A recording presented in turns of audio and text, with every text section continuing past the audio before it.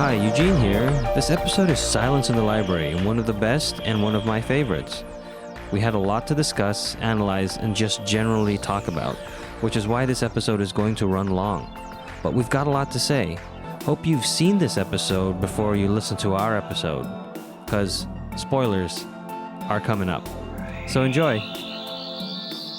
Welcome to Who Knew. We are fans of the current series of Doctor Who, and here we discuss our likes, dislikes, and insights into the modern regeneration of the show.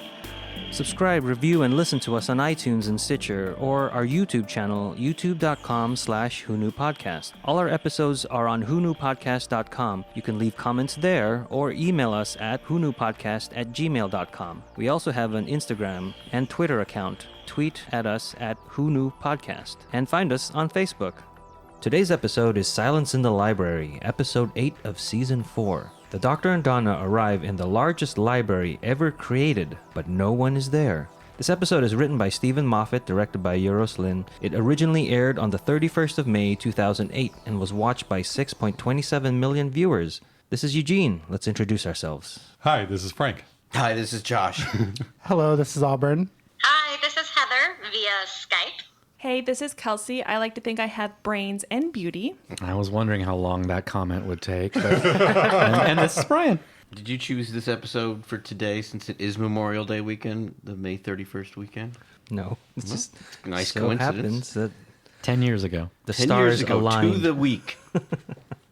Dr. Moon, a psychiatrist, is working with a young girl. Let's just call her Cal. They are in her living room, but when she closes her eyes, she goes to the library, a place that seems to go on forever. There is a pounding at the library door as something tries to get in. Two people burst through the door and secure it behind them. It is the Doctor and Donna. Frightened, Cal opens her eyes. So this is a really good cold opening. Yeah. It's one of the best. Agreed. Yeah, it's very much what? And well, you see them in her mind, and you know that they're not there. So you know something else is going on besides, the idea that she's just, in her own play area. So it's like, okay, what's the meaning behind it? So it does really get you involved in that inquisitive, what is going to go on? What's happening? Yeah, this episode is I like this episode because it's one mystery after another. Like, I think they do a good job of keeping the mysteries going. I saw it so long ago that I couldn't remember a lot of the details, so I was Yeah. It was all familiar, but I couldn't remember exactly what the purpose of everything was, so. I do remember the very first time watching this episode, just the whole time going, what is going on? Me too. Yeah. Definitely me too. But sometimes the payoffs for episodes like that make it totally worth it.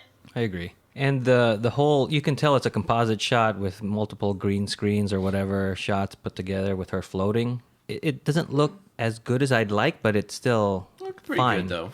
And for me being, I guess just more used to technology today, I've been like, oh, what they could have done with what we have now. And, it is wire work, but that to me, that was not to criticize it too much, but that's something that stuck out. It's like, that's a sign of the time rather than it's bad. It looked a lot better than the poorly spray-painted green information centers that they keep going to. Like the computer? Yes, Yeah. the computer. Yeah, that looked very basic. That wasn't made for HDTV. 'Cause No. I kept looking at it, and it looked like something I made in high school, like for a play. The TARDIS arrives in the 51st century at the library, an entire world created to house books. Let's just call it Brian's planet. Where the planet's core is an index computer. The Doctor realizes no one else is around and the library is eerily silent. He searches the library database for humanoid life forms and only he and Donna register. He expands the search to all life forms and it registers over 1 trillion. An information node with a female human face welcomes them to the library and then recites a message left from the head librarian. Run, for God's sake, run. Nowhere is safe. The library has sealed itself. We can't. Oh, they're here. Arg, slarg, snick. The Doctor asks if there are any other messages and the information node replies, Count the shadows, for God's sake. Remember, if you want to live, count the shadows. That could have been a cold open in its own right there. I know. Yeah. What is going on? Well, I liked a little bit of preamble before that, though, when the face starts to just give general hellos and stuff, and Donna's freaked out that it's an actual face. Yeah. And the Doctor's trying to just... Cause we'll find out later the Doctor knows what that is, and he's trying to oh, no, don't worry about it, because he knows it'll really upset her. I I thought of the bodies exhibit. Like, if you went to the bodies exhibit and the thing started talking to you, that would be pretty horrifying. I like at the beginning when the Doctor and Donna first arrive, after watching this a couple times, that Donna is interested in the books and in learning more about the future. And the Doctor brings up this no spoiler idea to Donna right away. And later on, the Doctor's going to be faced with that same decision and same quandary. Yes, this is the first episode that coins that spoilers phrase. Yeah. Yeah. So many. It hasn't become a phrase yet. It hasn't become a catchphrase. But I So. didn't remember that. I just didn't remember Yeah, it it in the started that beginning of way. this episode at all. So that was fun. I was like, oh, spoilers. What? I liked how the Doctor says, it's all books. There are books everywhere, and the books have a smell. And it reminded me of Buffy the Vampire Slayer in I, Robot, Eugene. And Giles says, Smell is the most powerful trigger to the memory there is. A certain flower or a whiff of smoke can bring up experiences long forgotten. Books smell musty and rich. The knowledge gained from computer it has no texture, no context. It's there and then it's gone. If it's to last, then the getting of knowledge should be tangible. It should be smelly. So I just love that part of to me, I get these Buffy references, but Well, that's why I still buy DVDs. We were talking earlier, like the packaging, the art, there and the touch the tactile. DVDs. Well, I lick them. Makes them place faster. I was curious about this location because obviously the first few shots of it look like Union Station in Los Angeles. So that is the lobby, and that's Bragwin Hall with all that marble. I think they've used it for other things Yeah, too yeah. in Doctor Yeah, Who. they use it all the time, I think. Yeah. I see it a lot in the 11th Doctor's Yes. episodes. Yeah, because I know when they're in the museum and they're looking up artifacts that he keeps saying wrong, wrong, wrong. I think that's the same room. Oh, okay. It's I big mean, enough- like, I recognized it. Yeah. And it is funny because there are episodes on repeat viewings. You start it and you think, oh, this is the episode where, like, they go to the museum. And then you're like, wait a minute, why did I think that? I think it's And just so the that size of the room. kinda- The room is just so huge Yeah. that whenever you're in a big room, it's like, oh, they're there again. Also, you learn that the Doctor never lands on Sundays. Oh, Right. they're boring. And that's sort of a reference to new Doctor Who episodes airing on Saturday evenings. And the interior with all the stacks of books, that's a library in Swansea, and they didn't get that location until like two and a half weeks before filming. So they were remodeling and redoing the library, and then they had to clear everybody out. So they were lucky enough to like go in there with everything and not be. It wasn't really disturbing anything. Yeah. It was already just remodeled. But the thing is that they didn't have any books on the shelves, so they had to fill all in with props. Which is, I think, why they all look like Digibeta cases. And like binders, like 3-ring Yeah. binders. Yeah, I did notice that the books all Are looked not a little books? Yeah. The Doctor confesses to Donna that he received a message on the psychic paper urging him to come to the library, which is why they are here and not on a beach. As they explore, the lights begin to go out, leaving only shadows. They run to a door, but it is warped shut. Donna kicks it in as they rush through, and they are now where Cal saw them. Instead of a little girl, they see a floating security camera, which shuts down and falls as Cal opened her eyes. The Doctor examines the camera, and Cal hears the sonic inside her head. As she screams for the noise to stop, a readout on the camera begs the Doctor to stop, which he does as he sincerely apologizes. Dr. Moon and her father rush to her side, and she tells them the library has been breached and others are coming. Donna and the Doctor can read what Cal was saying, and Donna asks another information node what others are coming. This one has a male face and informs her that the face is a real face donated at the time of his death and chosen for her. Donna freaks at this and backs up, but the Doctor stops her from entering a shadow on the ground, being cast there by nothing. I like that the robot, the wooden robot, well, the drone robot was wooden as well. It wasn't like some fancy. It was it looked fancy, really but good. Yeah, it looked. That's made it look interesting. I and guess it- the wood was to kind of Fit. for like for a library and Also, then Type he of couldn't architecture. use his sonic on it very well because the sonic doesn't work on wood. right. And that's why it sort of hurts her. Yeah, because he says that He when says he's it trying to open the door. yeah. The door, it's like it's wood. It doesn't work. I love Donna's reaction. It doesn't work on wood. She just kicks it in. It's like, yay, Donna. And then just like, oh, well, you know, boyfriend. Sometimes you gotta. Element of Yes. surprise or Yeah. something. I'm like, okay. And then, yeah, like you said, they're in the little shop, which the doctor likes little shops. He likes little shops. And how, like I said earlier, how freaked out Donna was by that face. And do we recognize the Actor? face, the actor? Nope. Yes. I didn't. I think we would most recognize him from Once Upon a Time. He is Prince Charming, Josh Dallas, yeah. He was also in Thor. the first Thor.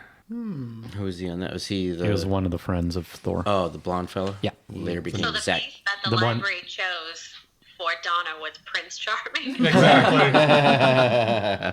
That works. In Thor, he was Fandral. Yeah, later played by Zachary Levi. I like the concept of the talking robots because it's a good way to get out exposition. Because you're getting exposition, but mainly you're sitting there going, "That's a face. What is? Wait, that's kind of creepy." The future Yeah. of Google. Yeah, It adds to the mystery. It adds to the creepiness of this episode. yeah, and you don't realize it's like there's no purpose to it except to distract us while we're getting this exposition. Ooh. But it's, again, one of those things in this episode where you're like, what is going on? Does that have more meaning? And we find out it does. And the doctor just thinking that it's so commonplace as donating a park bench. It's Right. still creepy and weird. And it's like, no, this isn't the same thing as donating your face. But he kind of made the same thing with the Gelth when it was like, well, the Gelth can take over your dead bodies. Why not? You know, oh, but that's so horrible. Why? They're not being used. So he's But still, that's- carrying on his same Right, sense but of as morality. humans, we all get that revulsion of that's just wrong. Well, when we get to the 51st century, we'll think otherwise. Yeah, we'll see how we feel then. Originally, these nodes were supposed to be like African-esque statues, and it was too difficult to practically create that. So I like the simpleness of them. It's just the transition from the sculpture to the face. Yeah, like I said, it's not made for the high definition we have today. Yeah. I mean, they could have easily have done something by putting sort of frame around where that is, and then they could have had a hard edge to use, but I don't know. Oh, well. Right now, the production This is- designers listening to this podcast going, no, we tried that, and it didn't look any better. He's like, you weren't there.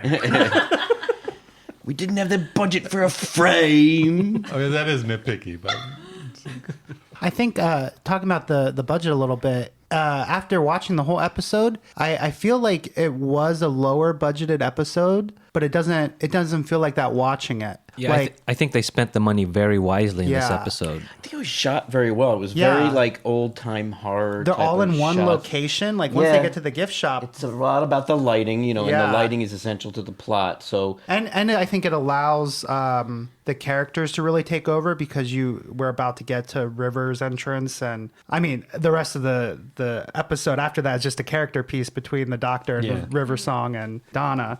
But when I say that, it feels like it was money well spent. Watching it though, it feels big, it feels scary. But then when you stop to think about it, like, oh, they're all in one location, and it is all lights, and these communication things are kind of cheap. I mean, if you know a face sticking out through A flat urinal. It looks like a stone. urinal. Yeah, but I think it does work. Thank you. I'll never get that out of my head now.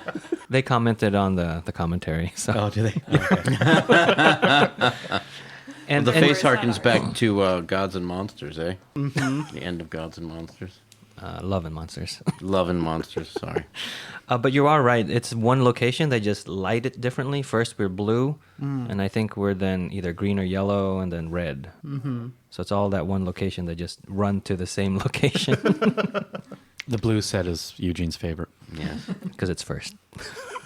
at this point in the story, I'm still thinking Cal is somehow connected to these mechanical things light years away. Yeah. You know, and it's like I see the distance mentally. Because she's on Earth. Right. Yeah. It's just like, so it's definitely still plays in right into that really nicely. Oh yeah, this episode, has you guessing the whole time. Even if this is your second or third time watching it, if it's been a while, I kind of remember how this ends, but I Right. don't remember how we get there. Yeah. Right. The shadows disappear and move away. The node reminds them that others are coming, and suddenly an astronaut walks in, followed by 4 others. She introduces herself as Professor River Song. I have to take a moment. Yay! me! And the Doctor tells them all to get back in their ship and leave this planet. When they won't, he warns them all to stay away from the shadows. Mr. Lux is leading this expedition to reopen the library, which has been shut down for 100 years. The Doctor says that the shadows are infested with Vashta Nerada and orders everyone to take their lights and form a circle with the lights pointing out. River takes command of the crew, assigning each a job adhering to the Doctor's orders, and then gets the Doctor alone. She thanks him for responding to her call on the psychic paper and assumes there is a reason why he is pretending not to know her. He says that he doesn't know her, which seems to hurt her deeply. And we should take a moment to acknowledge her entrance. She walks in the room in that spacesuit like she's got a mini skirt and stilettos on. I want a big thank you for having the astronauts come in and not a slow walk of the four of them walking in. Like the Armageddon I shot. am so glad they didn't do that on this. It's not directed by Michael Bay. You're not going to get that. It just says she walks in, she turns on her light on her helmet, smiles and says, "Hello, sweetie." Oh. And then she takes off her helmet, going, "We have breathers." Yeah. And it just shows that she's smart. Yeah. But there's also a production error here when she says, "Hello, sweetie." And then it's the reverse shot. It's the back of her head and the Doctor is facing the screen. A boom mic dips Oh, really? Yeah. ever so slightly. Maybe Really? it was just a shadow. Maybe it's the Vashta Nerada. Vashta Nerada is my favorite alien name through the whole series. Yeah, it's just everything in this episode is just like well done. Nothing's really like thrown away. It's Or was the musical cue? Dun, dun, dun. What was it? Did anyone notice Oh, that every time there they was, said like, some bass. Vashta Nerada, there was Yeah. some kind of bass 3. I was like, dum. That just made me laugh. I'll I have just to thought it watch was again. so like, I didn't hate it. I just found Yeah. it amusing. Well, it must have been subtle enough because we didn't notice. It Yeah, seems if to me. Eugene didn't notice it, then you know it was subtle. Yeah, what's up, Eugene? I'm checking off that note since somebody else brought it up. Oh, sweet. He did notice. I thought that River was thinking the Doctor was teasing her about archaeology. Mm-hmm. You know, she's like, "You know who I am, I know you," and he's saying, "Oh no, you're an archaeologist," and he doesn't like archaeologists. So, so they're already. If you look at it from that way, they already have a banter going. yeah. You know, and They're already doing a shorthand that he doesn't even know. Right. Because, he would say, well, archaeologists get everything wrong. And she would be like, well, everything an archaeologist finds is you.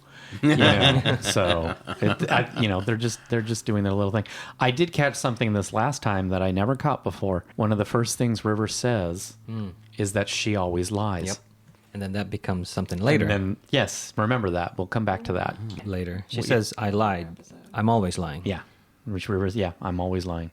No, I feel like, and I this isn't a new revelation for me. I've always thought this from like years ago. This was like the introduction to River Song is like what led me to like go deeper into the Doctor Who fandom and like look up stuff online and try to figure things out and map out the timeline. But yeah, I mean, and Alex and right, her name's Alex. Yeah. Alex Kingsley and Alex Kingston and David Tennant do such a good job because like David Tennant and Alex Kingston are playing these characters like there's a history there, like we're gonna see more. Another callback to, let's say, season 3's Gridlock. It was when the Doctor says, "I'm going to quarantine this library, and you can leave, but tell your kids that you survived. They won't believe you." And that reminds me of the quarantine that was done on New Earth with the face of Bo. Mm-hmm. Proper Dave, not to be confused with other Dave, tries to gain access to the data core and accidentally activates a program that connects to a phone back in Cal's living room. She is the only one who hears it, but the ringing stops before she answers. The Doctor tries another way to access the data core and connects to her television. Cal recognizes the Doctor as the man in her library, and then the TV signal is lost. She tries to reconnect by changing the channels while the Doctor tries to reconnect from his end. He sees River's journal, which looks like the TARDIS, but she takes it from him, telling him he cannot look in the book. It is against the rules. When he asks which rules, she replies, "Your rules." Cal presses more buttons on the remote, which causes books to fly around the library and the name Cal to appear on the computer screens. Oh my goodness. I love using the remote Right. And then the secret panel, like how many of us did that Yeah. as kids? Yeah. Like we would use the remote and it would be Or adults. whatever our imagination said it would be. I don't know. Yeah. I like totally forgot about this until the rewatching of it. And I did that last night. you did that. Nice. I like the books flying around the library. It reminded me of the first Ghostbusters in the card catalog. That's what I was gonna say. I think that the fact that both of us had that same thought is special. It's special. It's our Yeah. bond. Did we see any asymmetrical book stackings in this episode? It was on that deleted scene. Oh, I see. Oh, something I want to add with the flying of the books. I feel like Miss Evangelista, is the only one that is responding properly to the books flying out. Everyone just Yeah. keeps working like, oh yeah, this is what libraries do, and the like. I mean, like you're being told to stay out of the shadows, and now books are flying off. Well, Proper Dave's like, oh, that old chestnut. Also, did you notice they're really kind of giving hints? Because at this point, we're still thinking that Cal is on Earth and it's in the present. Did you notice her phone is rotary? Yeah. Yes, with the twisty cable too. So it was just kind of like they're just putting little seeds in there that this just doesn't add up properly. You know, I think even the Robbie the robot behind her head at one point is just kind of like, well, that's a reference to the 50s. So. I like how Donna and the Doctor were the only ones who recognized that the rhythm of the phone ringing was a phone ringing. Yeah, because all the others wouldn't recognize. Yeah. You We're know, from a different timeline. They're from the 51st Yeah. century, so they wouldn't get that reference. well, even kids today probably wouldn't know a phone ringing. Well, yeah, exactly. Well, I don't know. It depends if they have that. It's a ringtone now, as Yeah. opposed to Yeah. an actual bell. And then also, too, it took me a second because here in America, that's not what the rhythm of a phone Right, yeah. sounds like. So back to where they're looking at the book at her diary. I like how put off the Doctor is about her and her familiarity with him. Like he notices it, and he's really disturbed by it. Like, he doesn't like it, and it's very apparent. Because he's not used to it. I know. And to me, it's like he wants to know something that's unknown, and it bothers him that he doesn't know what's in there. And that's part of the fun of it. Yeah. And through the rest of the episode, it really bothers him that she knows all these things about him, and he just stares back at her, and it's a real switch in his demeanor at times. And there's so much of it that there's this. He quickly we're being told, you know, not only does she know things about him, but so much about him that it fills up an entire book that looks like it's, you know, decades old. Yeah. Looks like the TARDIS. Looks like the TARDIS. And not just a TARDIS, the TARDIS, the only one, his because TARDIS, it's, yes. you know, stuck The in phone that book. mode. You know, so. and she's, you know, she flips open the pages and she's like, well, have we done the crash of Byzantium? Oh, you're not reacting? Then no. Have we done the picnic at Asgard? Oh, no. Oh, must be really early for you. So while that's going on, it's like, there's all this information about what the Doctor has done that he doesn't know about, plus the fact that they've gone through this before. They have diaries, and what they do is they get together, compare diaries to see where they are in each other's timelines. That would freak you out if you were the Doctor. I'm the one in the room that knows the most, especially the 10th Doctor. I'm the one in the room who's the most arrogant. And now all of a sudden, this woman's got stuff, and I don't know what secrets she could know. I love that there's somebody finally who knows more than the Doctor, and he's in a different position. And she pretty much is the Doctor in this episode because of that. And also, he's so serious now that I think about it, that she's the one that keeps bringing the levity. At times. Yeah, I mean, at times. But And I would then say... there are other times when They because switch. we don't know yet, but we're, you know, at this moment when they're having that discussion and she says, please tell me you know me. And he says, I don't. Yeah, that's... Then she does, it's like she's deadly serious at that point. And she's so sad. She's so sad that she's with the Doctor and the Doctor doesn't know her. Knowing the whole run of the series and watching this week, I got much more emotional knowing what all the subtext was about rather than a first-time viewer who was like, I don't know what that means. I mean, I get the idea, but the weight of it meant a lot more to me watching it this week. The fact that it weighs so much on you when they didn't even know there was going to be more episodes of The River or whatever, like, that's really great acting. When you feel like you've already known these people for a long time and that they've known each other for a long time. And really, there's so many unknown variables in this, so It's Alex Kingston is really, really great. We already know David Tennant's great, but this is the first time we're getting to see someone that we're getting to see Alex, and she just kills it. Yeah. Yes. And I also like how Donna picks up on it right away. Enjoying it. She's enjoying it. Yeah, no, but she not jealousy, like romantic jealousy, but she knew something with, like, why does this... You could tell she was eyeing River from the beginning. Yeah, but I always take that as, are we being played? You know, are we? Yeah, possibly. Does she have something to do with this mystery in the library? Well, and it's I think... this is this, okay. and so because yes, she is enjoying the predicament that the Doctor is in, but she's got no clue what or who River is too, and so I think she's also worried. Where it's just like this person's trying to get to the Doctor. Well, Why? also too, everyone reacts to the Doctor in this weird way, like, who the hell's this guy? Except the companion or Donna. And this woman comes in and is totally familiar with them. That's weird. Yes. Well, even Lux says, "Why are we doing whatever he says?" And he says, "Torch," and he just gives him the flashlight. That's great. What makes this episode, I think, really good is that they followed through with what they wrote in this episode for future reference. Because you have somebody who knows the Doctor later on. So she's kind of the time traveler. So it comes back to this, and her reactions work because of what they continue to do in other episodes.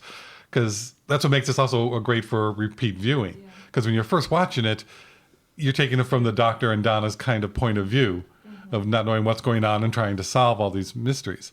And then when you rewatch it, you're watching it more from Rivers, who knows some of the things that are happening. And you know when she's reacting to certain things, why she's reacting, and you get so much more depth and another level. It's watching a different type of episode. So that's what I really like about this. And it's is that so the more you watch timey-wimey. it, you watch it It's differently. It's so timey-wimey because Yes. they knew Alex Kingston knew none of that. None of it. It was Stephen Moffat knew none of that. Yes, it wasn't planned yet. And this is also when River learns who Don is, right? Sort of. Soon. It's around this It's time around period. yeah, that- where... To bring it back to the Doctor not knowing what River Song knows, he just went through that from a different point of view with Time Crash meeting his previous incarnation, the Fifth Doctor. So I find it funny that now it's happening to him, and he's behaving the way the Fifth Doctor behaved in Time Crash. Oh, that's a good point. Good analogy. I like and that. also written by Moffat. Also written by Moffat, yes. I did like the Pretty Boy reference. Yeah, that Pretty Boy, come with me. Oh, And then right. he's like, "Oh, I'm Pretty Boy," and Donna, "Yes." Oh, that came out a little too quick. the look she gives him is great. Oh, I'm pretty boy. I think Donna knows, by the way. I think Donna knows immediately the first time she says pretty boy that she's talking about the Doctor. Takes the Doctor 2 times, but... Yeah. Yeah. No, for sure. Because both of his hearts have to respond to that comment.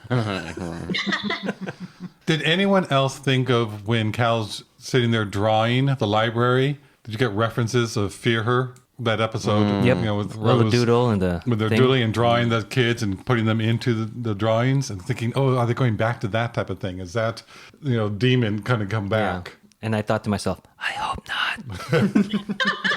Yeah, nobody was whispering, so it should be fine. And usually they whisper in a library, so. When River and Donna are talking. Now, up till now, one of the Donna's, I don't know if you would call it a theme or something but Donna's attitude is, I'm going to travel with the Doctor forever, and that's just it. And it's going to be fine. I don't have to worry about those weird romantic entanglements that seem to mess up companions and that kind of stuff. And this is the first reference to that might not be the case. And I love the way both of them play it. Because, Donna says, oh, she says her name somehow. And River says, oh, you're Donna Noble. Noble, yeah. And so it's like, oh, you know me. But the way River says it, the way Alex Kingston says it, she doesn't say, oh, you're Donna Noble. It's, oh, you're Donna Noble. Like, Oh, and she also concern. Continues to say, I'm so sorry. Yeah, and Yeah, that delivery is just She a wasn't weight to really- it. but I love it. Yeah. I absolutely love it. And That was a half spoiler right there on River's part. but I like it because as a viewer, we're sitting there going, wait, what are you talking about? Well, what's great about it, too, it also sets up just this insular episode, because you very well could think what happens to Donna later in the episode is what happens to Donna. Yeah. So you could feel like that's what she's referring to. Which, in a way, it is part of her story. I see what he's saying. I guess I'm seeing it from when I first watched it, and then this is a little spoilery, but we're in that other episode. It's like, does she ever get out of that? And I can see what Josh is saying. Right. But that's one thing, like I was saying before, we are watching this episode. This scene takes on so many different meanings depending on how often you've seen it. And you know what's going on, and you know where you are further on in the season or in future seasons. So you look at it totally different. It's like, this is so well written because of that. Yeah. When you first watch it, you don't pick up a lot of the things. But as you watch it, it's like, well, why would Donna say that? Why would Donna say, why don't you know me? It's like, oh, that's right. She thinks she's going to be traveling with him forever. But she knows Martha's in the past and Rose is in the past, and that he lives a lot longer than humans do. River's song could possibly be from like 100 years in the future. Yeah, but at that moment, Donna's not thinking that. Donna is now stressed. Donna's in the middle of a crisis, and Donna just has someone that she doesn't know go, ooh, you're Donna. She's gonna like revert and freak a little. But looking back at it, you can see that that's really only written not for character development, but to give you a foreshadowing for the future episodes in the season. Yeah, all right, I'll give you that. You know, where sometimes, you know, they mentioned the bees disappearing. It's just throwaway line that's like, oh, they've been seeding this, right? You know, for the rest of the episodes. But this one is, no, we're going to blatantly say, oh, something's going to happen. Well, and what I like though is before you know the distant future, it fits in with part 2 of this storyline. As well. Yeah.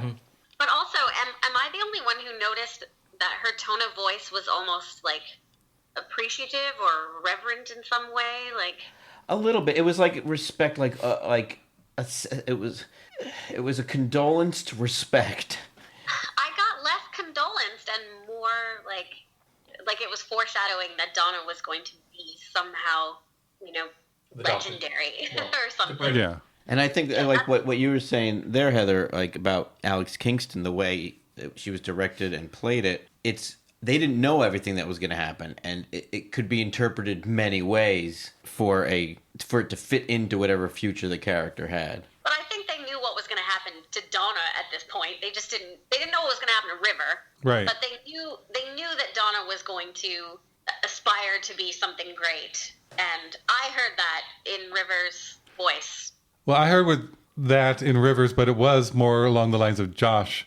It had that little, I don't know, is melancholy yeah, a good word she says for that? Very... So it wasn't just that reverence of, oh, wow, you did something great. It did have a sadness to it in my way I saw it, the way I saw it. No, I think it was both. I just didn't want to write it off as melancholy only. Yes, I agree with you. Okay, good. No, I agree with you too. Something else in there. There's a bit of respect in there too. Yeah, you don't want it overshadowed just by the one definition. No, there was different layers of how she saw it. Yes, I agree with you. Glad we cleared this up. Miss Evangelista, assistant to Mr. Lux, offers to help the other astronauts, but is dismissed like a child. Donna comforts Evangelista as she admits she isn't very bright. River tells them that the last message from the library was that the lights were going out. She also tells the doctor information that the Lux family has kept secret. 4,022 saved, but no survivors. The exact amount of people in the library when it went into lockdown and sealed itself off. And I just want to say, you have an entire planet that's a library. An entire planet. And there's only 4,000 people on the entire planet. They don't read it anymore. That's just sad. No, well... It could be like a Pluto-sized planet. They didn't say it was on that day. That's how many people voted. It was like at the time that it shut down. So it could be that a lot of people got off the planet. Or a lot of people didn't get saved. Only 4,022 did. That's true. Okay. Well, no, it's 400. They said that many people were there at the time, and those who were saved. So that's what I'm thinking. Other people did they do that, or was that the exact amount of people in the library? Yeah. So it could be. Yeah, no, you're right. I guess you're right. Because some of them could have died. That's why they knew their panel. Or like I said, audiobooks are very popular. There may just not have been many people there. Sad. I did like the IQ of a plankton joke. That I thought was really good. No, I really did laugh. No, I really did. I really was appreciate happy. It. Yeah. I really was happy. I really was happy. Yeah. Okay. It has taken this long for the Lux family to regain access. Miss Evangelista notices an open door but is dismissed again when she tries to tell everyone. She goes to investigate and they hear her scream. When they arrive, all that is left of her body is a skeleton inside her spacesuit, but they still hear her on the communicators. Each suit contains a neural relay in the communication system that stores part of a person's consciousness. It is this part of Miss Evangelista that they are hearing. She speaks to Donna until the last remaining part of her dies. I really like the whole setup about her being stupid, because that was something that you would watch in a movie where, like, how stupid does someone have to be to actually go in there? So every time she she goes into the, like, obviously this is, don't go into the dark, don't go into the closet, don't go into the, Don't go upstairs. don't go down to the basement. only an idiot would do that. So it actually fit in Right. well. And she does something that's relatable, empathetic. She's like the meaning of herself, and she wants to matter. I'm like, oh, she's gonna die. Yeah. As soon as we feel for a character, something's gonna happen. And we do see earlier, we didn't write down that there's a little bit of dialogue exchange to see how the The other astronauts, archaeologists archaeologists. make fun of her and because she's not smart and they Yeah. hurt her feelings in the past. And then this whole sequence where she goes into this secret room, I like that they took the time to just show her going in there, how empty it was, and then the Dutch angles, the lighting. Yeah, that was the biggest thing when she was walking down the hallway, and it was practically a 45-degree angle. And they were really playing up like the cliched horror movie part of it. But I like that, though, because I also think when you see the skeleton, it's so cartoony in a way that you kind of need to alter the cinematic reality to make that a little more believable. But they didn't find any bodies, and so to see the skeleton, Right. they only showed the head. So they didn't show that it was in a spacesuit, so you wouldn't think it was At her. first. Oh, no, they So showed you us would see it the from- spacesuit is all torn up. It's Well, no, shredded. not at first. The first, you only see the skeleton, But so you even- think that's what she screamed at, Oh, rather Right. than it That's being what- her. yes. Yeah. So they filmed it that way, so they And it's brought great. it right back in. I love it. Like Yes. she screamed at the skeleton. It's Also, too, it's so torn up you don't realize it's The a suit. spacesuit at first. Which, that's one thing I have a problem with. Why was it torn up? they were hungry. Well, also, why But is they it don't bleached? do it ever again in any of the things, so it's just No, sort of... because it attacked her like that. Like it kind of like attacked her from every angle. Whereas later on in the episode, they get inside, And they've like also, that. everybody's pressure has been turned up at that point in the suit. And it Yeah. literally is the density of the suit is heavier now. So And I think it is, they're kind of saying Okay. that They have to get through that through to the get suit to her. yeah. And And, so also- they get through the suits, but they don't tear them up. And also, Well, they're not as ravenous now because they've eaten. Yeah. well, they're so hungry that her bones are bleach white. Yes. Yeah. Yeah. Yeah. That's nice. Yeah. They're so what do you call it? ADD, the cleanup. OCD. OCD. Sorry, I knew it was a acronym. ADD. They wouldn't. Another Catherine Tate scene of being with someone as they pass. Yes. It was the Ood. It reminds me of that. She's Right. with him. And just that struggle she had right at the beginning of Evangelista wants to talk to the nice woman. And it's like, oh, it's me. I got to talk to her. And just, you can see her just shy away. I don't want to do this, but then steps up. No, I got to. This is her last wish. This is her last bit. I thought she does it, sells it really Yeah. well. And then she says that was the worst thing I've ever had to do. And it's like, let's add it to the list, Donna. I really love the character of Miss Evangelista because she lets us see Donna's compassion. I mean, we've already seen Donna as this extremely compassionate person, but she's an avenue for us to see it once again because Donna relates to her being sort of, not appreciated or made fun of. And Donna always kind of felt like the odd one out in her life. So she wants to be really sweet to her. And I think it's just such a nice thing to see. And then we also see that Miss Evangelista, maybe she's not the brightest, but she kept trying to tell everyone something important is happening over here.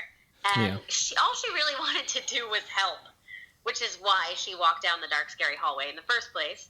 Didn't work out well for her. But I think those two I think that, I don't know why I can't articulate today. Blame it on the allergies. But I think that they play off each other very well. And I'm glad they had that little relationship in this episode. Yeah. I did notice that when she was trying to warn them, it was only Mr. Lux who batted her off, and they didn't cut to anyone else's reaction because I felt like anyone else wouldn't have been a jerk to her, but they Oh, needed. yes, they I would think have. Well, or the Sorry. I think I don't know. I think it was very purposeful that in the editing we only saw him react to her. Otherwise, the doctor may Yes. have listened to her, or Donna may have listened to her. Someone may have listened to her or dismissed. I wonder about the Doctor and Donna, but I think they purposely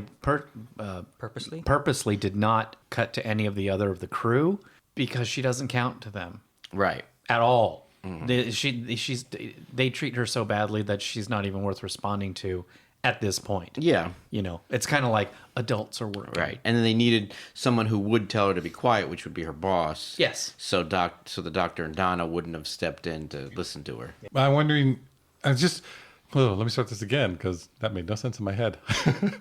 This shows how much Donna has changed from the Runaway Bride. Because at the beginning of that, and how she talked to people, and you can see how she would work. If she had to work with Evangelista, she wouldn't give her the time of day.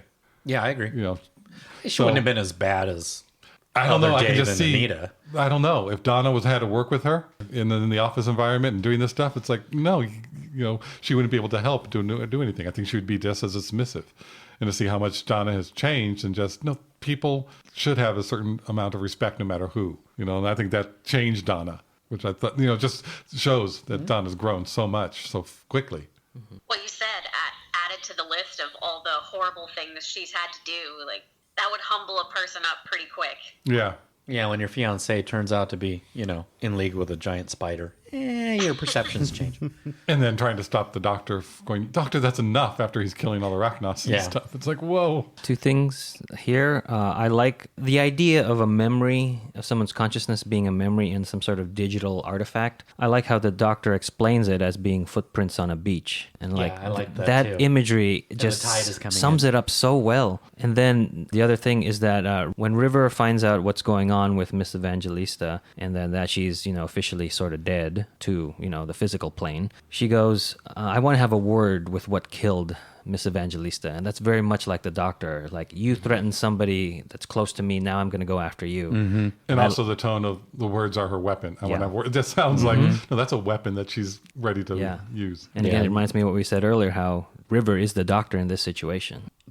Seriously, Alex Kingston is perfect. They could not have cast anybody else and nailed it so completely, in the first opening shot all the way through. To me, I don't see a misstep in her characterization the entire episode. Mm-mm. It's not even like, oh, she did this because they haven't written that other thing. Yeah, there's nothing it like all that. Fits in. Yeah. I haven't seen Telling you, anything that like sassy walk in the spacesuit. Well, she was awesome in ER. Yeah. And also the doctor's asking, River tells the doctor to ask Lux about who Cal is, because he's like, what is Cal? What is this? Does River know? I don't think Only River knows that Lux knows, Yes. Right. because his family owns it. So it's, ask him, and he will not say at this point, what is going on and who is Cal and why is that stopping us from getting there. Yeah. Right. I think that's because if she is the doctor in this situation, imagine the doctor would be like, yeah, I've already figured out that you're not telling us everything, I don't know what it is. but you're going to tell us eventually. Right. Meanwhile, Dr. Moon tells Cal that the real world they're in is a lie and that the library is real. The shadows are moving again, and only she can save the people trapped in the library. I found this to be, again, like, it had been so long since I watched it, and I knew what was going on, obviously, because I'm watching it, that he seemed altruistic, but then he's, it's like a mislead twist what Dr. Moon's agenda is. You're supposed to, on initial watching it, I think you're supposed to go, what is he up to? Right, but He's but not, what, though. But what he's saying sounds good. They look Right. out for the shadows. They need, but But the knowing- actor does play it very almost twirl your mustache-y. Yeah, so it was weird.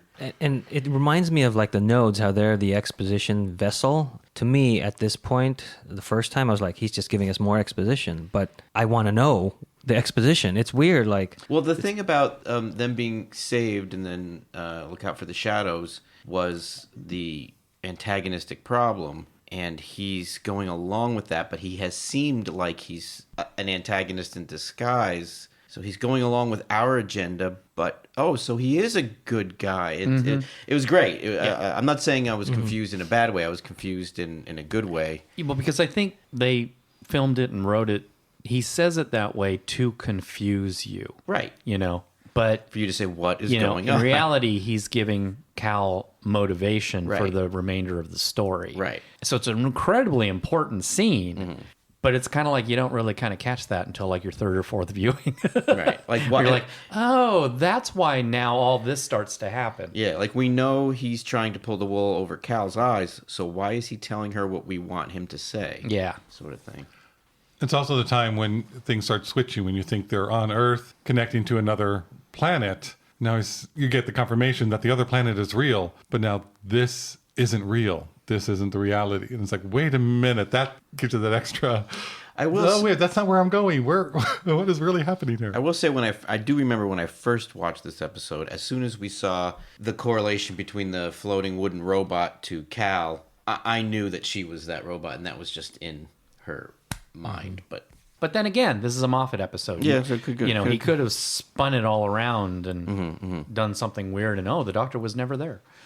The Doctor tells everyone that the Vashta-Nerada are piranha-like beings that travel in swarms and live in shadows. They can instantaneously rip flesh from bone. He tells Proper Dave to stand still when he notices Dave has two shadows. Everyone puts on their helmets, and the Doctor uses his sonic to turn up their suit density, which might protect them.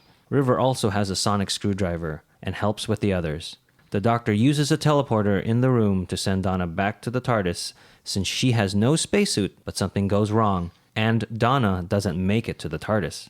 Cal tells her father that Donna has been saved. Proper Dave asked why the lights were turned off and then goes very stiff. As the Doctor approaches him, Dave grabs the Doctor, and we see he has been eaten. The Vashta-Nerada have taken over his skeleton and are beginning to spread shadows toward the others. River uses a sonic blaster to create a hole in the wall, and they all run as the skeleton in a spacesuit pursues them. Hey, Heather, have you seen that sonic blaster before? Have I seen it before? Yeah. Did you recognize it? It shoots a square hole in the wall. Wait, why are you doing this to me? Because it's fun.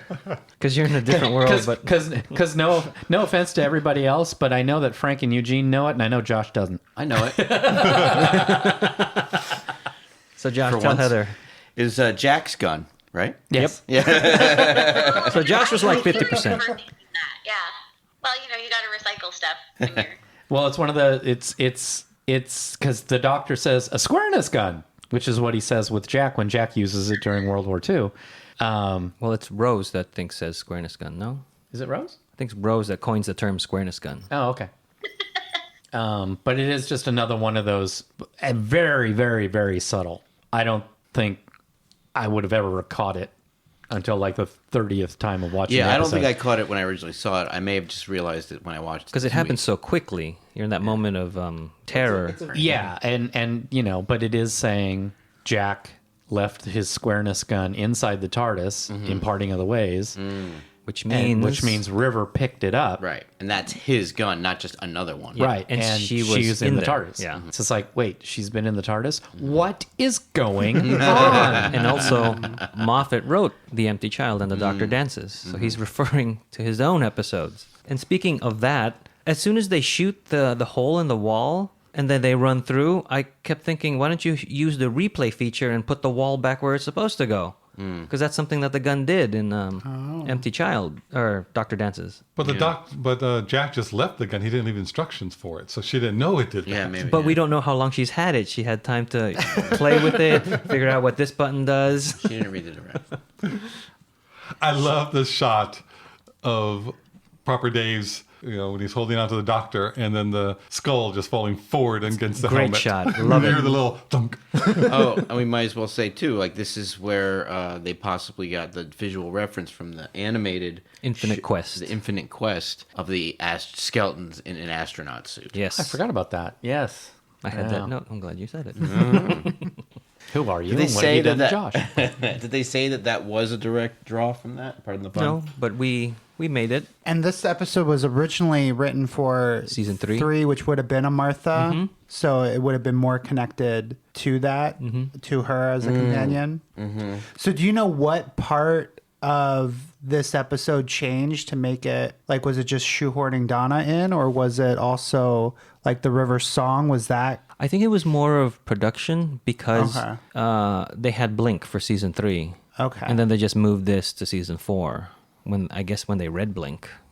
Let me just read this. Originally, the two-parter was scheduled to take place during the show's 3rd series, or season to us. Initially, Moffat wanted to introduce the villainous weeping angels in an entry after seeing an angel statue in a graveyard. However, after withdrawing from writing the series 3 two-parter episodes with the Daleks, Helen Rayner took that one over, and Moffat then volunteered to write the Dr. Light episode, which we now know as Blink. And then later, after in the 4th series, Moffat revisited his previous ideas. He felt that the library would be a great setting for the Doctor that was not too exotic. The character River Song was originally created for the plot to make more sense. So I guess he didn't have the idea of River Song, but he had the idea of the premise. And then he used River Song to kind of tie everything together. And Moffat knew that the team of archaeologists would have to trust the Doctor, but that the Doctor's psychic paper would not completely explain and convince the team why they had to be trusting of him. Which is a good point. We didn't really mention the psychic paper earlier, but that's the first time it's been used in that way. Yeah. Eh? Yes. Yeah, because the other The time... psychic paper with a kiss. Because the other time it's used, we don't see the writing. We just hear the Doctor saying what was written. Right. He's gotten a message on it before? Yes. In New Earth? Face of Bow. Yeah. Oh, you're right. Oh, Gridlock. That's right. Keep saying New Hey, Earth. we keep going back to But Gridlock. it isn't, yeah. What did it say then? I can't remember. Come to New York. No. I have a cryptic message. Come here if you want to hear it. So it has been used this way, and so I thought that was nice. It's like River then is that knowledgeable or powerful Yeah. that she was able to send it. She just got her timing wrong. And again, talking and describing the Vashta Narada, they sound very much like the Weeping Angels in the fact that they only feed on roadkill and missing people, much like the Weeping Angels have fed on missing people or people that are not Forgotten. Yeah, around. And another great line of Moffat is their dust in the sunlight. Yeah, It's like, oh, so good. taking everyday Yeah. items. Something every day that you I know. wouldn't even If think I was a about. kid and I watched this episode with that reference, I would not be going in the sunlight, let alone the shadows. Well, and any of Moffat's episodes, I mean, What's Under the Bed, Little Boys, Mommy. yeah, the mommy, Are You My Mommy? Yeah, so many things would have freaked me out when I was 10 years old. And then Moffat is really good at doing the ordinary and making it a threat. It's, Well, I think the skeletons in spacesuits is a really simple, kind of corny bad guy, but for me, I find it somehow terrifying anyway. Yeah. I've always sort of been a little afraid of skeletons, and when I was a kid, I used to think I was smart, like, don't be afraid of skeletons, because that's just you on the inside. But that was just me trying to convince myself that they weren't terrifying. And I also recently read an article that said there's a good chance your brain actually does continue working up to, like, I think as much as 5 minutes or something ridiculous after you die. Not everyone, but Not stupid people. Just the lucky ones. at least a few seconds, though, they're saying that you can actually think, like, oh, I'm dead. So when I apply now watching it, having read that article, it's just even creepier. And he does that. The angel statues, very simple, totally creepy. What was the other villain we were talking about? The empty child, the gas mask. Oh, yeah. I mean, these are just everyday objects, but somehow I just want to cry. Yeah, I have a gas mask. It's every day. yeah, but I was also referring to Girl in the Fireplace with What's Hiding Under Your Bed, because she was hearing the ticking. I thought you were talking about a future episode. No. A different doctor. Even fear her with the closet. But that's not Moffat. Well, thanks for that. Thanks for that idea that our brains are going to keep working, Heather. I'm going to like thinking about that tonight. And when Josh dies, his last thought will be, Like, Heather! Yeah. This is great. So it's 5 minutes. How long has it been? You'll be thinking, like, damn it, I'm still thinking. It's Heather's fault. I'll be the last thing you think about. Well, that would be better than thinking about how I died. So I appreciate it now. Well, Unless thank you kill me.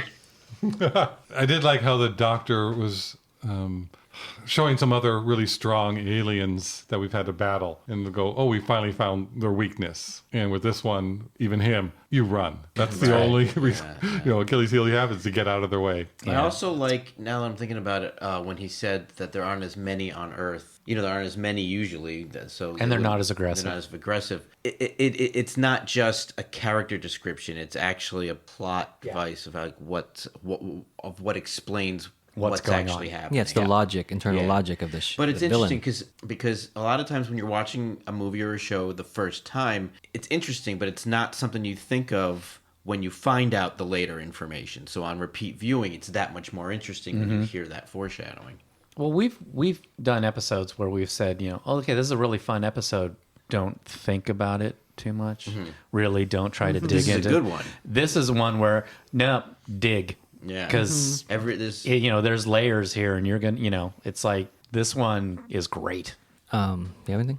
Oh, no, I was just going to agree with Brian. I think Then you don't have nothing. I suggested this for our Halloween episode. And yeah, I mean, and so I've seen it more recently than many of our others. And watching it again, yeah, I could just keep watching this over and over. Like, it was hard for me to take a lot of notes because it is just so good and it draws you in and asks so many questions, but kind of gives you some of the answers. And the performances are really good too. Even the they're not day players, but the secondary characters, the actors. I thought you were saying the Dave players, both. them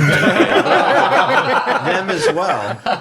But they had to get really emotional, and it was all believable. I thought for the most part. The doctor, when he transports Donna out of the situation and like knows how to shut her up. It's like the thing of it is, and then boom, you're out. Oh, that was great. What did he say to her? The thing of it is. Oh, and then he presses the button. No, does he say listen to me? Something. He's like, I'm going to tell you, but here we go. You're out of here. It reminded me of the parting of the ways in Bad Wolf, where he just takes Rose out of the situation to kind of save her. Yeah, they also talk about emergency protocol. Isn't that what happened in Parting of the Ways? Mm-hmm. Yeah. Is this the first time we've really seen Donna kind of physically threatened and hurt in a way, like when she howls during the teleportation? It's very tough to... It's upsetting. It's upsetting. But I think it's the first time we see Donna like hurt physically in a way like that. We were talking about these other actors and Alex King, but especially in the moment when Donna is affected by Miss Evangelista's ghosting, like how great is Catherine Tate? Mm-hmm. This whole episode, and then in the part 2 we'll talk about as well. Just damn. Yeah, like that first time seeing her kind of the transporter go wrong, like in Star Trek. I was like, no, what's going on? Yes, the writing is great, but I think Catherine Tate is the one who really pulls that together. Donna is amazing. I'm so glad that she has a guest on a Donna episode because she's my favorite. She's a lot of people's favorite, and I'm just really, really glad that I get to talk about her. So thank you again for that. Oh, you're welcome. Yeah, that final teleportation and then Donna like screaming and stuff. I think it really hits because you feel like the doctor is about to save her. Yes. And so you're like, oh, okay, good. Yeah. Sweet. Yeah. Donna's gonna be fine. And then right away, like because we've seen this it done crazy before. bad thing happens. And Yeah. I think it that's works. also the moment you're supposed to think, oh shoot, is this what River was talking about when she says I'm so sorry? Yeah. And we're about to come up to, to be continued. And yeah, it's such a low way to like be taken out of the show. Like And Donna's gone and the doctor and we'll see that they're being chased, but yeah, it's a downer. Oh, and it's upsetting that the doctor doesn't know what happened. Yeah, for all he knows, she's fine. Yeah. That's what's and I think that also adds to the scariness of it is like he thinks that she's okay. So he's not going to try to save her. Yeah. He doesn't even know. Or he's not going to look into it Right, because he doesn't have to. Yeah. Right. The Doctor and River use their sonics to boost the light level, and the Doctor realizes that the TARDIS hasn't confirmed Donna's arrival. He asks a nearby note if Donna is in the library. It turns around showing Donna's face saying, Donna Noble has left the library. Donna Noble has been saved. Are we aware at this point in part 1 of what Cal is?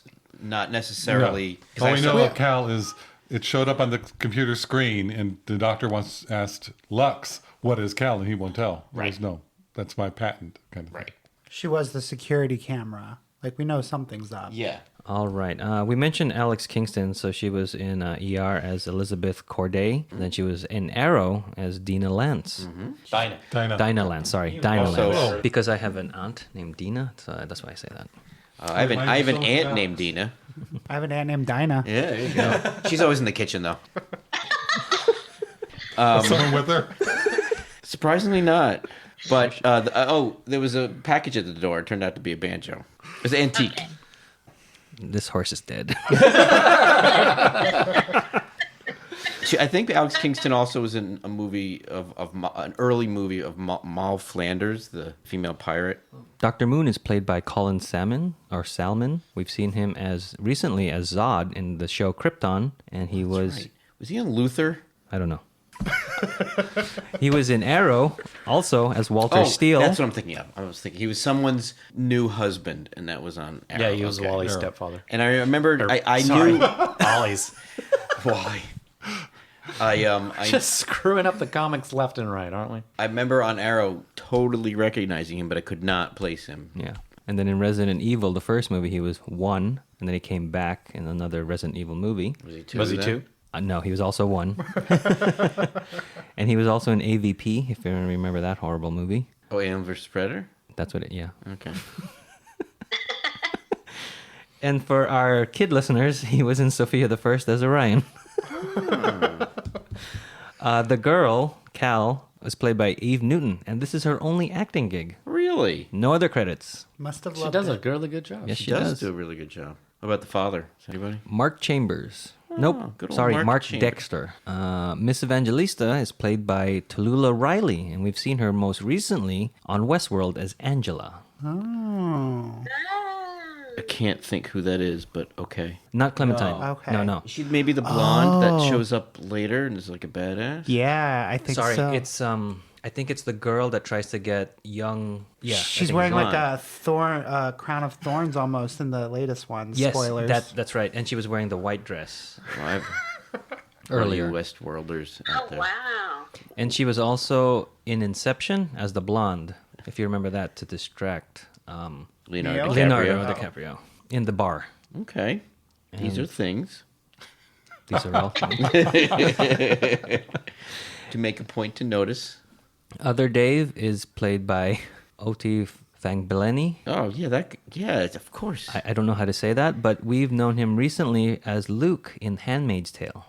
Yes, I knew. But he doesn't It's have funny the that you beard. make fun of what I'm saying, and then you're like, No, but I recognized him too. But he looks so different from yeah, from because he there's has also like hair. he's older. He's got hair in this one and then no playing an beard. American.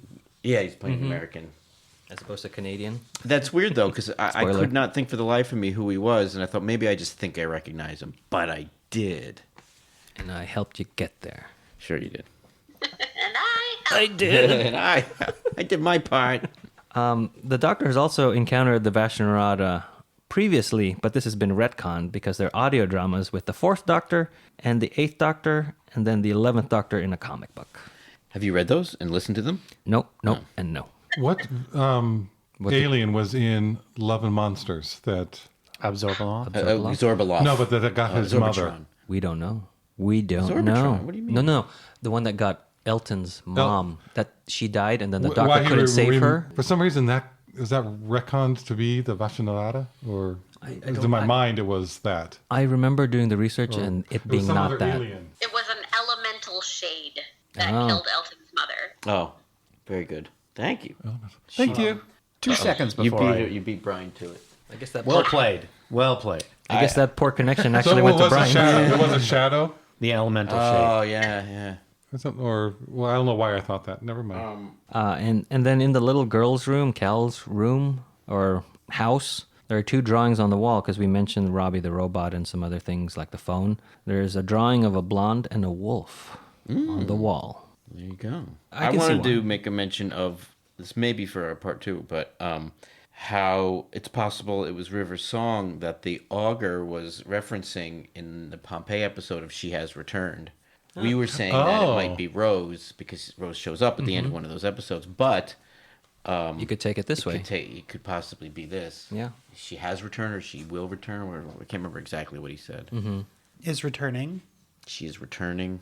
I don't know. I don't remember. But anyway, I was thinking it might be this. Any other thoughts? Wait till 5 minutes after I'm dead. Okay. Oh, the article actually says it was 10 minutes for one person. Oh my gosh! Oh, Wow. how could they time it? Yeah. Well, they could. Still thinking? Yeah, they hook it up to the brain waves. Electrodes? Fire? And then just Well, every time they hear someone Wait say, a "Oh, couple I'm years. dying," they slap a thing on his head and they just wait. No, they use a glove. No, I'm sorry. Torchwood reference, sorry. Oh, okay. I was wondering why don't I know what he's Well, talking about? okay, so first of all, the article says that everybody, quote, dies differently. So some people, their brain will just turn off quick.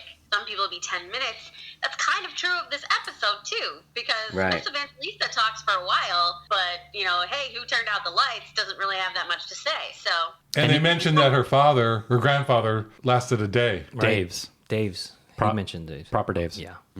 I thought they were talking about Evangelita's. Okay. No, it's Proper Dave. Oh, and speaking of that, her last lines were ice cream, Yeah.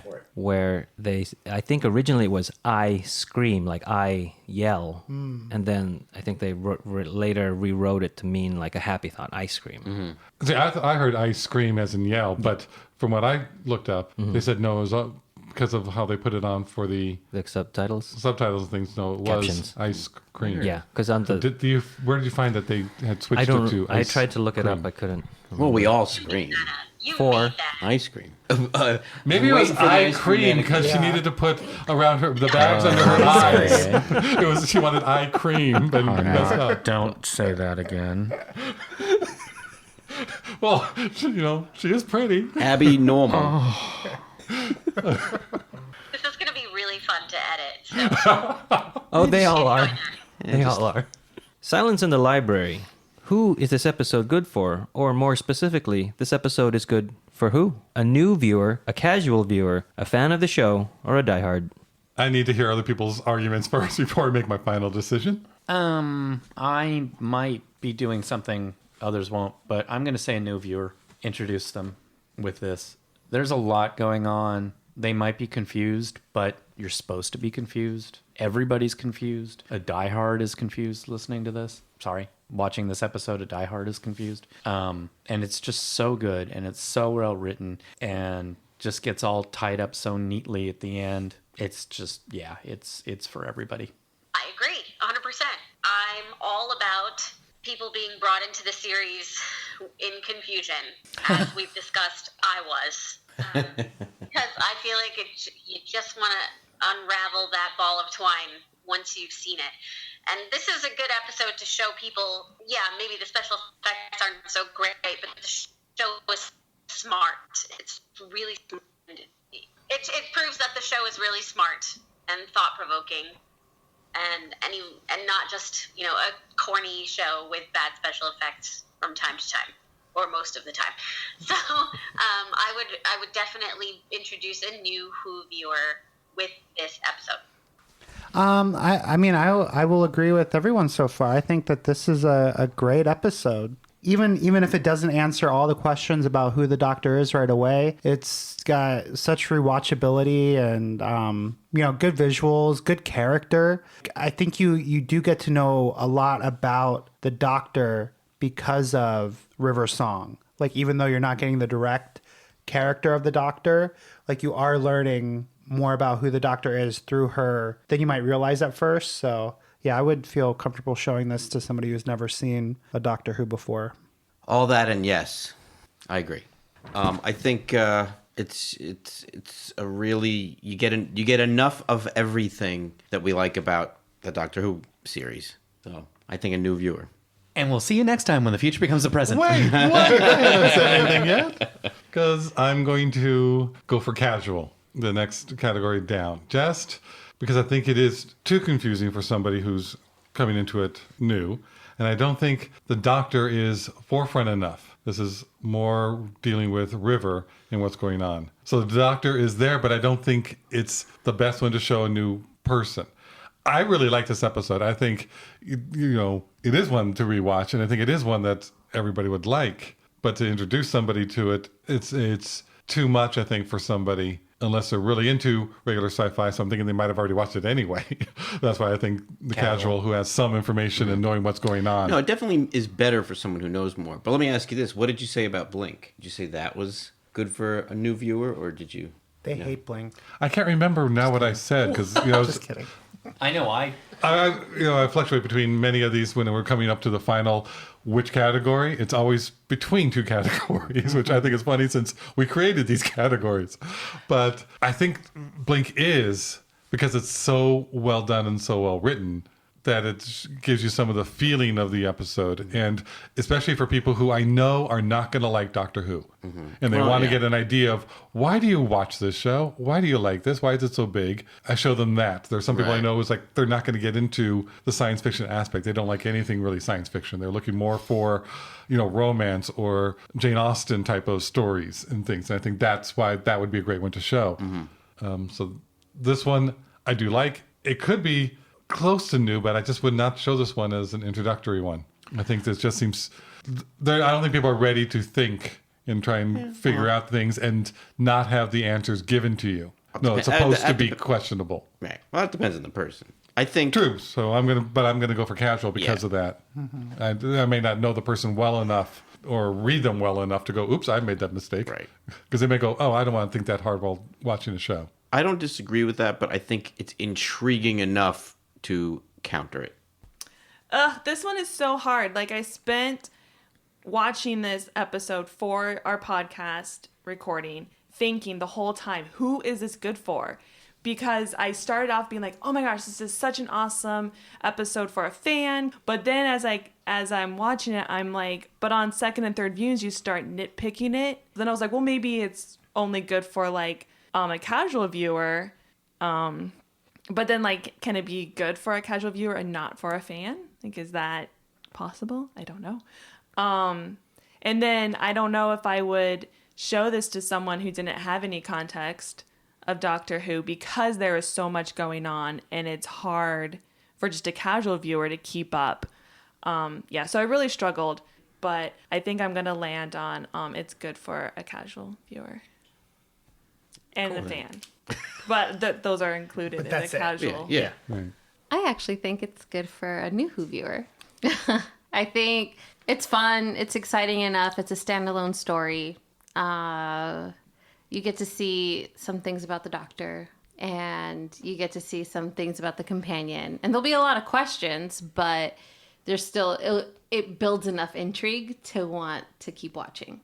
And it's not the best episode where they're going to be super let down when they watch everything else, but it's a good enough episode to like draw someone in. What you said, isn't that the episode that watched with us and he liked the show? He did. He liked it. That was the first one he watched. Yep. See, Arlene showed this to somebody new, and I was there. You were. So her cousin started really liked this episode, not knowing anything about Doctor Who. Not knowing flat out anything. I mean, other than that we watched it, but as far as the show, so I would put this in a new category. I think people are supposed to be confused, and I think that curiosity to unravel the mystery is what'll keep them coming back. And we've said it, but this is a good confusion that has answers that you can dive deeper and discover new. And I like the internal logic of how everything works. And I'm always about that, like, world building, like the Vashta works. This whole meeting at a time with River and the Doctor. It's like they captured lightning in a bottle between Alex Kingston and David Tennant, the way that they interact with one another and how they emote what they're feeling, like his frustration in not knowing who she is, and then her frustration of him not knowing who she is and meeting him out of order. And I mean that ghosting, digital ghosting, is just creepy, and I love it. Maybe I need to try to watch it again without, or pretend I don't know this new stuff. I don't think what you said is No. Yeah, don't is think not you're actually both. valid I at would all. be the Like, only one saying new viewer. I thought everybody else would say casual. But you all turned on me. I may have said casual if I hadn't watched it so recently. But watching it so recently, I just think it's it's so good that I think that overpowers the what is this factor. Well, I mean, to me, it's also, this is my favorite combination of his suit with the blue suit, the burgundy shirt. and Yes, the he's red tie. visually the classic 10th Doctor. And also, he buttons all 4 buttons. I don't think anybody else noticed that. I don't think so either. You get a prize. I did. A sack of buttons. Both of you. You can split it. Where's my sack of buttons? I'll give you a sack of buttons. That's what I said. I want my sack of buttons. You get it in the mail with the banjo. Sack of buttons over there. That's a box of buttons. No, we have a sack. It's a I have bag. a sack. A bag. That's a Ziploc bag. Oh, those buttons, yeah. You can get your sack of buttons by writing into Who Knew Buttons by Smack 'em real leaving the 100th comment will get a free Ow. button. You guys still have the split screen going? Yeah. Yeah. Thank you. You keep shaking the table, and the proper Dave or whoever that is keeps moving. Can you take a screenshot of that? Are we scaring you? A little bit. A little bit. No, he's gonna fall. He's moving away from her. Oh, please, no! I don't like it. Hey, who turned out the lights? So that wraps up Silence in the Library. Thanks for listening. We will see you next time when the future becomes the present. You just listened to an episode of Who Knew Podcast. Our wonderful theme music is by Michael Grady. Find him on Facebook at The Universe Explodes. All our episodes are engineered by me, Auburn. Find him at auburnbinkley.com. You can find this show in several places. Follow us on Twitter at Who Knew Podcast. Subscribe, review, and listen to us on iTunes and Stitcher. Or our YouTube channel, youtube.com/whoknewpodcast. Visit our Facebook page. Please leave comments, reviews, and click like to help support Who Knew Podcast. Also listen to us on your Amazon Echo by enabling a podcast skill. All of our episodes are on whoknewpodcast.com. This podcast is inspired by Doctor Who. The longest running sci-fi show in history. And especially the revival spearheaded by Russell T. Davis. Thanks to Russell. Sydney Newman. Verity Lambert. Ron Grainer. And all those involved in the adventures of our favorite Time Lord. Your work continues to inspire and entertain. Hey, how's everyone doing? I miss you guys. Aww. It's already 5 o'clock here, but the day is young for you. Here's my cat. Hello, cat. Oh. Oh, cute. Hopefully she won't make too much noise because...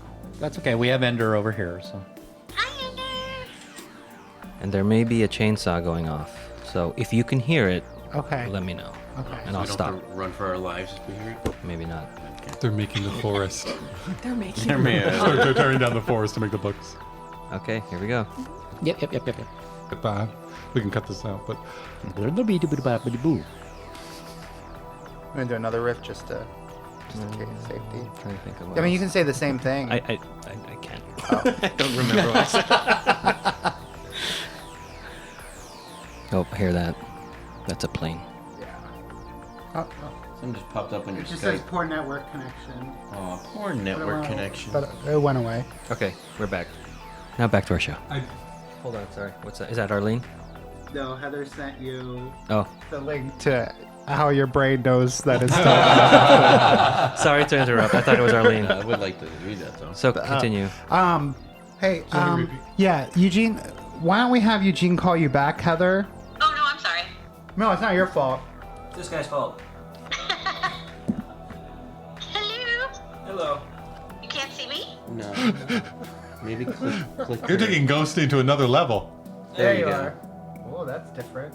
You're like What's different? you're side by side You're now. split screen with what you're seeing.